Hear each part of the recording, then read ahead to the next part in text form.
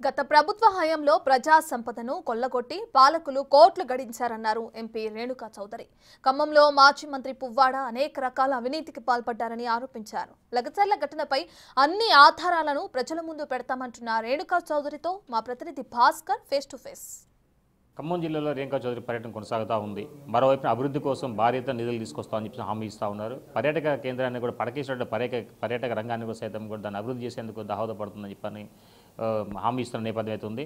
మరోవైపున spongy iron కావచ్చు లేదా కేటీపీఎస్ సంబంధించినటువంటి సంస్థలు కావచ్చు, వీటన్నింటిని కూడా అభివృద్ధి చేసే విధంగా పూర్వవైపు తీసుకొచ్చే విధంగా తమ ప్రభుత్వం అడుగులు వేస్తుందంటూ తాను ఎక్కడున్నా సరే ఖమ్మం జిల్లా అభివృద్ధికి పాటుపడదామని చెప్పి చెప్తున్నారు.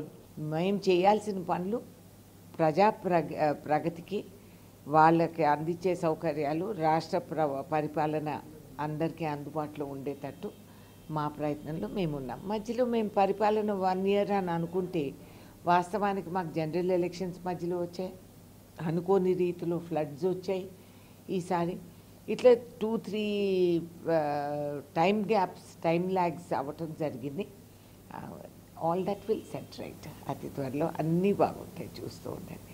మరోవైపున ఇప్పటికే చూసుకుంటే చాలా వరకు కూడా రాష్ట్రంలో బీఆర్ఎస్ పార్టీ ప్రభుత్వం టార్గెట్గా చేసే రేవంత్ సర్కార్ని మొత్తం అంటే దాన్ని బదనం చేసే విధంగా వాళ్ళు ప్రచారాలు కొనసాగిస్తున్నారు. ఇటీవల కాలంలో హరీష్ రావు కూడా ఖమ్మం జిల్లా పర్యటన చేసుకుంటూ పత్తి రైతులు కావచ్చు, వరి రైతులు కావచ్చు, మద్దతు ధర లభించట్లేదని చెప్తానే ఒకవైపున దుష్ప్రచారం చేస్తున్న నేపథ్యం. దీని ఎలా చూడవచ్చు? ఏమంటే అందరికీ తెలుసు, కేసీఆర్ అండ్ కంపెనీ మాట్లాడేదే దుష్ప్రచారం. వాళ్ళు నిజం చెప్పగలిగితే ఇవాళ వాళ్ళు పరిపాలనలో ఉండేవాళ్ళు. వాళ్ళు చేసిన బ్లఫ్లు, దుష్ప్రచారాలు, ఈ విధంగా వాళ్ళకి ఇచ్చిన ప్రతి సౌకర్యాన్ని అవకాశాన్ని దుర్వినియోగం చేసుకొని వాళ్ళ మూలన పడ్డారు. ఇప్పుడైనా బుద్ధి తెచ్చుకొని ప్రతిపక్షం అంటే కేవలం ఏలెత్తి ఎక్కిరిచ్చేది కాదు. ప్రతిపక్షం అని రాష్ట్రానికి నీకు 10 సంవత్సరాల అనుభవం ఉందంటున్నావు కదా, ఒక మంచి ఇది చెప్పొచ్చు కదా, ఒక సలహా ఇవ్వచ్చు కదా, మీరు ప్రజల్లో తిరగొచ్చు కదా. నేను వచ్చిండేది ఇవాళ జిల్లాకి కార్తీక మాసం శుక్రవారం. నేను ఈ జిల్లా ఆడబిడ్డని, ఇంటికి వచ్చాను. వాళ్ళు వచ్చిండేది ఎందుకు? వాళ్ళకి ఏ మాసమో లెక్కలేదు. ఈ స్థానిక మాజీ మంత్రి వాళ్ళ దుష్టుడు, వాళ్ళ అసలు ఆయన వల్ల సగం వీళ్ళకి చెడు పేరు వచ్చింది. మొన్నటి వరకు కుక్కిన పేరులాగా ఇంట్లో పడుకున్నవాడికి సడన్లీ వీళ్ళని చూస్తానే మేకపోత గాంభీరం ముందుకొచ్చి పిచ్చి పిచ్చిగా వాగటం, ఇవన్నీ వాళ్ళు చేసిన చర్యలన్నీ ఉన్నాయి విత్ ప్రూఫ్.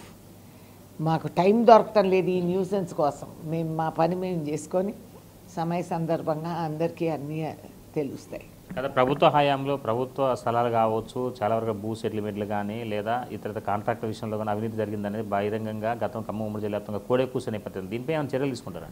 ఆఫ్ కోర్స్, అది ప్రజాస్వామ్యం అండి. ఒక వ్యక్తి మీద మాకు టైం లేదు, కానీ హీఈస్ నాట్ వర్త్ ఇట్. కాకపోతే ప్రజాస్వామ్యం, ప్రజా ఆస్తి ప్రజలకు వాపసు అందించేది మా కర్తవ్యం, మా ధర్మం. మేము చెయ్యాలి, చేస్తాం. సమయం చూసి మేము చేస్తాం. అంతకంటే ప్రయారిటీస్ కొన్ని ఉన్నాయి, అవి మేము కంప్లీట్ చేసుకుంటాం. మొన్నటి వరకు సైలెంట్ మోడ్లో ఉన్నటువంటి కవిత ఇప్పుడు రీసెంట్గా యాక్టివ్ మోడ్లోకి వచ్చేసి త్వరలో ఏదో కొత్తగా ఒక రాష్ట్రంలో ఏదో జరగబోతుంది అనే వేలో డిస్కస్ చేస్తున్నది. దీనిపై ఏమంటారు? ఏం లేదు, ఈ సినిమా కథలన్నీ ఎంత చూడలేదు. 10 years ఇవే డ్రామాలు చూసాం. ఏదో కొత్తగా పాతగా చేయండి, చేసి చూపెట్టండి, చూద్దాం. అందరం ఇక్కడే ఉంటాంగా. మరోవైపున ఇప్పటికే మహారాష్ట్ర ఎన్నికలు కావచ్చు, జార్ఖండ్ ఎన్నికలు కావచ్చు, ప్రచారం చేశారు. మీరు కూడా చాలా వరకు అనుభవం ఉన్న నేతగా ఆ ప్రాంతాలకు వెళ్ళి ప్రచారం చేశారు. తెలుగు ఉన్న ప్రాంతాల్లో కూడా మీరు ఎక్కువ ప్రచారం చేసిన నేపథ్యం ఉంది. ఎలా ఉంది అక్కడ రిజల్ట్? ఎలా మేడం మోడీ మ్యానియా పనిచేస్తుందా లేదా కాంగ్రెస్కి విజయం?